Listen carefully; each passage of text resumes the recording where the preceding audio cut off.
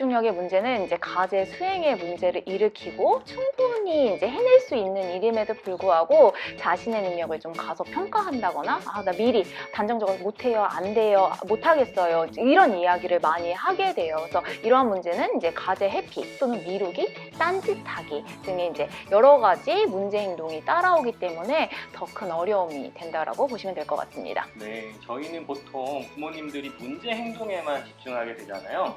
그래서 왜 이렇게 무기력해? 왜 이렇게 하려는 의지가 없어? 라고 이야기하는데 실은 이 주의 집중력에 어려움을 보이기 때문에 따라오는 현상인 거군요. 네,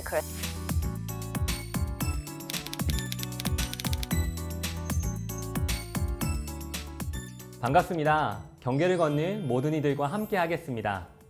경계를 걷다 특수교사 보람쌤입니다. 지난 시간 아인군 멘토 유선미 박사님을 모시고 느린 학습자 친구들의 ADHD, 특별히 충동성과 관련된 이야기를 나누어 주셨는데요. 오늘은 ADHD 주의 집중력에 대한 이야기를 나누어 보도록 하겠습니다. 반갑습니다, 박사님. 네, 안녕하세요. 느린 학습자 아인군 멘토 유선미입니다. 반갑습니다. 지난 시간 저희가 ADHD 충동성에 대한 이야기를 나누었잖아요. 아무래도 이것에 대한 어려움들이 많으시다 보니까 관심이 굉장히 컸어요. 그러면서 동시에 주의 집중력에 대한 실제적인 어려움들도 호소하셨는데요. 이 부분에 대한 오늘 이야기를 나누어 봤으면 좋겠습니다. 혹시 ADHD 주의 집중력의 문제는 무엇을 의미하나요? 네, 일단 ADHD 아동의 표면적인 어려움 중에 하나는 주의 집중력의 문제입니다. 동시에 이제 제공되는 여러 가지 감각 자극 중에 이제 필요한 자극에 이제 표적 자극에 선택해서 반응하는 능력들이 굉장히 현저히 떨어져요. 그 말은즉슨 분산 자극, 뭔가 자신을 방해하는 자극이 들어오면 거기에 쉽게 주의가 떨어진다라는 의미입니다. 그렇기 때문에 우리 아이들의 주의 집중력의 문제를 이제 해결해 주시는 게 굉장히 중요하죠. 네, 우리 부모님들 표적 자극, 분산 자극 이렇게 얘기하니까 조금 당황하실 수도 있는데요. 표적 자극은 이렇게 집중해서 받아들여야 되는 정보, 그리고 분산 자극은 저희가 예를 들어 지방방송 킨다고 하잖아요. 그런 것처럼 주의를 분산시키는 정보에 대한 이야기라고 합니다. 그럼 선택적 주의 집중의 어려움이군요. 네. 또 다른 어려움은 무엇이 있나요? 네, 이제 또 다른 주의 집중 어려움은 이제 주의 전환의 능력의 어려움이에요. 이제 조금 쉽게 얘기하면 한 가지 일에 몰두하다가도 다른 일이 생기면 하던 일을 멈추고 이제 새로운 일에 이제 주의를 이렇게 기울여야 되는데 전환을 시켜서 기울여야 되는데 이제 아이들은 집중력이 부족하기 때문에 주의 전환 능력이 부족한 것이죠. 그래서 타이밍을 놓치고 좀 억울한 상황에 처하는 경우들이 좀 많아요. 억울한 상황. 네, 이런 상황들 굉장히 많이 겪죠. 네, 맞아요. 구체적으로 좀 억울한 상황에 대한 이야기를 해주시면 좋을 것 같습니다. 예를 들어 이제 뭔가 작업을 하다가 친구들이 야 같이 놀자, 야 우리 같이 보드게임 하자 하면 빨리 이거를 자기가 하던 일을 놔두고 이제 알았어 같이 그거 하자 라고 해야 되는데 못하는 거죠. 주의를 전환해서 빠르게 이제 친구들의 모임에 놀이에 합류를 하지 못한다거나 아니면 이제 과제를 할 때에도 공부를 하던 것들이 이제 끝났으면 바로 다른 거에 넘어가야 되는데 그것들이 전환들이 빠르게 이루어지지 않게 되는 것이죠. 그러니까 주의 집중의 문제라는 것이 정보를 집중해서 받아들이는 것도 힘든 거 하나, 그 다음에 주의를 전환하는 것도 힘든 것 하나, 이러한 형식의 어려움들을 갖고 있다는 게 맞나요? 네, 맞습니다. 그래서 한 가지 일에 잘 몰두하지도 못할 뿐더러 몰두를 하면 또 전환도 잘 안 되는 이런 두 가지의 양상들이 조금 보인다라고 보시면 될 것 같습니다.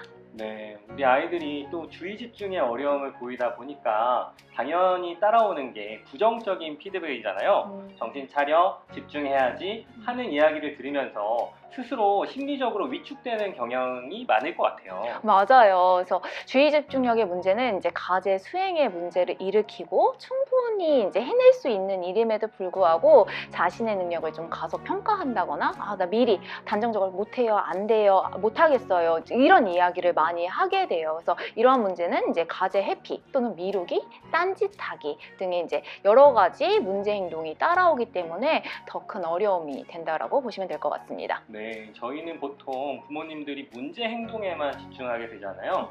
그래서 왜 이렇게 무기력해? 왜 이렇게 하려는 의지가 없어? 라고 이야기하는데 실은 이 주의 집중력에 어려움을 보이기 때문에 따라오는 현상인 거군요. 네, 그럴 수 있습니다. 그러면 우리 아이들에게 주의 집중력을 향상시키게 하려면 어떻게 도와줘야 될까요?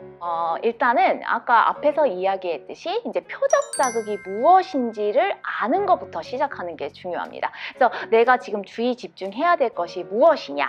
그래서 얘기를 하다가도 자꾸 딴 길로 새요. 그럴 때 지금 우리가 지금 하고 있는 게 이거야 라고 표적으로 자꾸 돌리는 연습을 한 가지 해주시는 게 좋고요. 두 번째는 결국에는 분산 자극. 방해가 들어오기 십상이거든요. 그때 내가 이 방해를 어떻게 조절하고 표적으로 유지하느냐. 사실은 이 분산 자극을 치워주심, 환경을 조절해서 이 분산 자극을 치워주시면 좋고, 아이 스스로 이제 연습이 된다면 스스로 조절하는, 이거를 치워볼 수 있는 그것들이 필요합니다. 우리 아이들이 실질적으로 학교에서 수업을 하다 보면 옆 친구의 시끄럽게 잡담하는 소리도 들리게 되고, 또 선생님의 말씀에 집중을 해야 되는데 다른 거에 관심을 빼앗기게 되잖아요. 이런 경우에는 어떻게 도움을 줄 수 있을까요? 일단은 이제 학교에서 보면은 선생님 말에 집중을 해야 되는데 그 집중력이 낮아요. 사실은 이제 그 내용이 지루할 때도 있고 어려워서 그럴 때도 있는데요. 아까도 배웠듯이 잠깐 멈춰. 얼음을 해보는 거죠. 잠깐 얼음 해서 지금 내가 뭘 해야 되지? 선생님 말 들어야지. 이렇게 주의를 표적으로 돌리는 거 하나. 두 번째는 이제 옆에서 이제 얘도 모르게 자꾸 주의가 분산이 돼요. 자기 스스로도 분산이 될 때 잠깐 멈추고 이제 주변의 환경들을 스스로 자꾸 정리해보는 연습을 해보는 거예요. 사실은 집에서부터 연습이 돼야 학교에까지 일반화될 수 있다라고 볼 수 있겠습니다. ADHD 주의 집중력과 관련해서 지금 말씀하신 것처럼 가정에서 집중력을 조금 더 유지할 수 있는 훈련을 하고, 그 다음에 분산되는 자극들을 조금 멈춰주고 하면서 학교에까지 일반화될 수 있도록 도움을 준다면 아이에게도 참 좋은 훈련이 될 것 같아요. 부모님들이 ADHD, 충동성과 함께 주의 집중력의 어려움에 대한 이야기를 많이 하시는데, 오늘 유선미 박사님이 해주시는 이야기가 우리 부모님들에게 큰 힘으로 다가오게 되는 것 같습니다. 오늘 와주셔서 감사합니다. 네, 감사합니다. ADHD, 그 중에서도 주의 집중력의 어려움은 우리 학습적인 문제와 자기 효능감의 문제에 있어 큰 문제로 다가오게 되는 것 같습니다.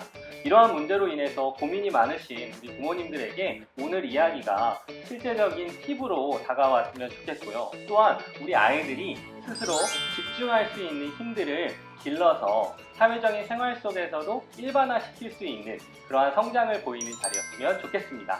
그때까지 경계를 걷다가 함께 걷겠습니다. 오늘보다 더 성장할 내일을 기대하며 여러분들과 함께 걷겠습니다. 저는 특수교사 보람쌤입니다.